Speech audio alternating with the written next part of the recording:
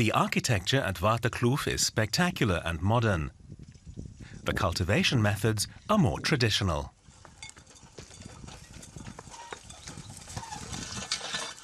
We are a biodynamic farm and we see the whole farm as a living entity, which means not just the vineyards but the fynbos also. And you want that natural flow of positive energy right through the farm, and having your natural vegetation and your natural fauna and flora and their energy enhanced in your vineyards, in your wines, in the whole process is very special, and it makes this farm one living entity. Waterkloof is a wine estate on the Cape renowned for its commitment to sustainable farming and winemaking. Farm manager Christian Lutz also uses manure to enrich the soil with microorganisms and to keep pests in check. Chemicals are not part of his repertoire. This farm hasn't used any pesticides or herbicides since 2008. Everything that we use comes from the farm. We use the type of fungicides we used is predator fungi, things you find in your compost heap. Christian Lutz has a visitor, Joan Isham from the World Wildlife Fund. In 2008, it declared Waterkloof a conservation champion. The distinction is only awarded to vineyards that fulfill rigorous environmental criteria. All our conservation champions, there's about 37 of them, they all get a formal review every year.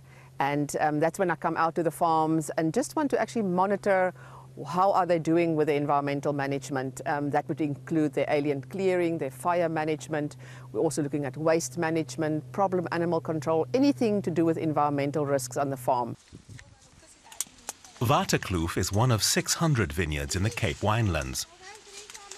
Here the grapes are all picked and processed by hand. The estate makes up to 240,000 litres of wine a year, for the domestic market and for export.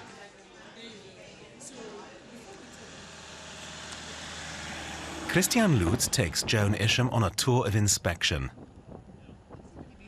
More than half the 146-hectare estate has been set aside as a conservation area. Instead of vines, endemic bushes and shrubs flourish there. The fynbos is the natural heathland of the Western Cape. It forms part of the Cape Floral Kingdom, a region with an incredible number of plant species.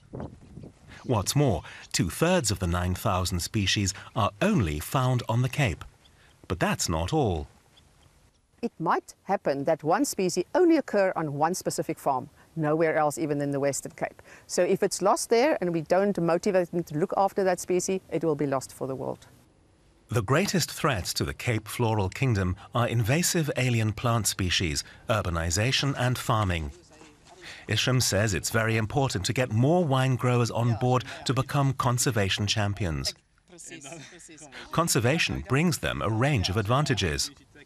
We do fynbos walks and we do wine tasting on horseback through the fynbos. Then there are the biological aspect of it. Natural predators breed in the fynbos and available to the vines in spring, so they actually migrate from the fynbos into the vineyards to control our pests. Isham concludes that environmental management at Waterkloof is good. You don't see alien vegetation. The alien vegetation there in the distance, they will still deal with. That's a future plan. So we recognize their conservation efforts by allowing them to use the little sugarbird Protea logo on their wine bottle. Lutz is passionate about biodynamic farming. He goes way beyond the WWF's criteria for being a conservation champion. Here, natural processes do the jobs many farmers assign to machines and chemicals.